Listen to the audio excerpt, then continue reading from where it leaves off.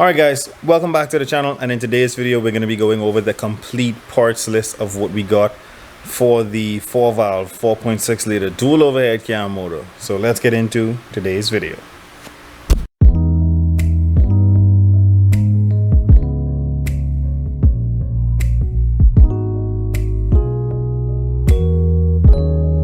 Alright, so before we get into all the parts that we got, this is going to be the rundown on the video. What I'm going to do is, there's a lot of parts in front of me. I'm going to give you guys a general glance at everything, and then I'm going to go through one by one why we are actually going to be replacing the parts that I bought and the reason for doing it while the motor is out. So let's get into it, and I'm going to start with, I believe, the block, obviously, and then we're going to work our way up to the stuff that's in the head and all that stuff. So let's get into it. All right, so in front of me what we have is I have one part here from MMR, which is Modular Motorsports Racing, and they kind of specialize in everything 4 valve motor related, so you definitely want to check them out. Obviously all of you should be familiar with ARP. That is where you go to get pretty much any stud that you're looking for. We're gonna go over these in a short moment. This is piston rings. They are 20 over, and I'll explain why. These are connecting rod bearings from Clevite, and these are King main bearings. DNJ head bolts, reusable head bolts, silicone that came in the box, and also head gasket set with head seals and a complete re-gasket set for the motor. So all the seals that go in the motor. Over here, piston ring filer. I'll explain why we got that. Brand new high volume oil pump, brand new oil pickup tube to go with it, and a brand new timing chain kit to complete the setup. So let's get into individually why we got these parts. The first thing I'm going to talk about is the actual reason that we tore this motor down. That would be piston rings. What ended up happening is the ring gap on the pistons got too excessive, and it started to either lower the compression in the motor or completely give none. So we got not standard rings, but we got 20 over rings, just because it's a 200,000 mile motor. We're just compensating for if the bore got bigger, and if not, if the bore is bigger or smaller on some cylinders than others. We got this here, which is a piston ring filer. So whatever we need to file off of the rings, we can do that with this machine here. I'll definitely be showing you guys that moving forward, because we're going to start building this thing right away. We're not going to take any more time off, and we're going to get this motor back together as soon as possible. So first one would be oversized 20 over piston rings. Second part would be, it's not really a part but a tool, would be the piston ring. I think this is a grinder. Oh, filer. It's a filer. So got those two out of the way. We have for the block, which is really expensive, I would say, but you know, once you see the word, once you see the flicking letter in ARP, I think we all know it's expensive. This is the stud kit for the block that's going to hold down the main caps, that's going to hold the crank in place. And what was there before is torque to yield bolts, which means once you loosen those, you can't use them again. You're not supposed to. So I got ARP bolts to replace it. So I believe the ARP bolts across the board are reusable instead of torque to yield. Don't quote me on that, but I think that's why they charge so much, because of the pressure they can take, and you can reuse them. So we got these for the main caps that hold the crankshaft down. That would be a stud kit, a bolt kit, and I think it comes with some type of lube inside it. We also got these, I think they call them jack screws. 4 valve motors are 4 bolt main, which means there are 4 bolts that hold the main caps down, and those are on top. These jack screws, there are 10 of them in the motor, and they hold down the side of the main caps from the outside of the motor and go right into the side of them. So I got ARP bolts for that as well. We also got ARP connecting rod cap bolts. So this is what holds your rod to the crankshaft. So if you think about it, the reason why I went so expensive with the bottom end is that longevity, first of all, but also once this motor goes back together, literally all I would have to do is spend about, I think it's about $2,000 to get a good rotating assembly, a built one.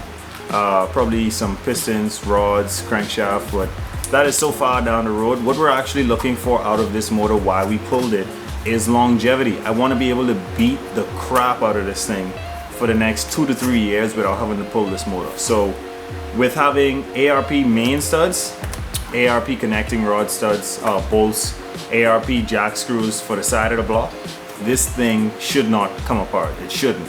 On to the next thing, we have Clevite connecting rod bearings. The bearings were not bad. They weren't even scored actually. They were really good for a 200,000 mile motor, but just as added insurance, just gonna change out the connecting rod bearings whilst we're down there. It doesn't make any sense reusing them. They're really cheap. So Clevite connecting rod bearings. Now we have King main bearings. This is what the crankshaft rides on as it goes around, as it spins. These are the main bearings. Not much to say about them. Pretty straightforward. We have, talking about the block, this is a very important tool right here. This is a ARP 3.552 ring compressor. So instead of buying a ring compressor that you have to wrap, I think you put it in and then you clamp it down and tighten it down, the adjustable one, you get this. This is for all 4.6 liters, which is 3.552.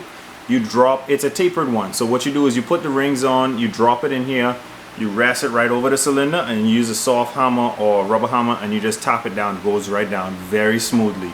So I know I'm gonna be rebuilding a lot of 4.6s in the near future, so this was definitely the time for me to get this and keep it on hand, and that's why I got it. So if you notice, there's not just parts in here, there's actually tools that is going to make this job so much easier to do. So that's why this one is a must-have when you're rebuilding 4.6s on the regular. Let's see what's next. We have, for the bottom end, I got a high flow, not high flow, because see, what you don't want in your motor is high oil pressure. Because you can run your, if you run a high oil pressure pump, it can suck your pan dry and send all the oil up in the head, which would ruin your bearings. What I got was a high volume oil pump. So that's what this is. This is a high volume oil pump. And what I got to go along with it, just as added insurance, was some Ford stickers that are gonna add like 20 to 30 horsepower. I'm just kidding, guys. What I got with it as added insurance is this here, which is a brand spanking new oil pickup tool. So comes with a new O-ring. When these O-rings go bad, they can leak pressure right through there. So this is extremely clean as well. So everything you see I'm doing here is for insurance. It's so that we have peace of mind when we're beating on this thing, that we have oil pressure, we have compression, everything is gonna be right on this motor when we put it back together. So that is pretty much everything for the block. I also bought some Permatex Ultra Slick. I don't know if you can see that right there. Right there. Permatex Ultra Slick, and what that gonna do, what it's for is like for your camshafts. I know a lot of people don't do it, but I do it. Put a small layer of something sticky, especially if you're gonna have the motor out the car for a while. You want to put something sticky around, not on the back side of your bearings, but on the side that the crankshaft or the connecting rod is going to ride on. So you never want to grease the back side of a bearing, because you want it to seat properly inside the block, and you want it to seat properly in the connecting rod. You want just a small layer of lubricant so that you don't start up your motor dry. Think about that. If you start it dry, there's gonna be a few revolutions of that motor that you can actually have some premature wear if you don't oil it or put just a little something to save it, you know? Okay, so we also have some DNJ head bolts. This is what I used last time. These are torque to yield. The reason why I'm using these is because when I do decide to go into the block and change the crankshaft, change the connecting rods, change the pistons, you're only doing that to add boost or to add a supercharger or something. So I'm gonna have the heads off at that time as well. So most likely when I take the heads off the next time to put the forge crankshaft, pistons and rods in it, we're gonna be changing these out for some ARP studs and bolts. I mean studs and nuts. So the only thing that won't be ARP in this motor is actually the head bolts. And when we go boosted, we're gonna change it to ARP. All right, from there, now that we're talking about the head, there's so much in here, but they have it packaged up really well. What this is a DNJ head gasket set, and it comes with every last gasket that you could dream of in the motor. Like these for the valve cover that you use for, I think that's to seal up the spark plug holes. They have intake gaskets. They have all these little rubber gaskets. They have head seals. I'm going to be changing those out as well. So pretty standard, pretty straightforward head gasket set. Let's get this back in here. Move on to the next part.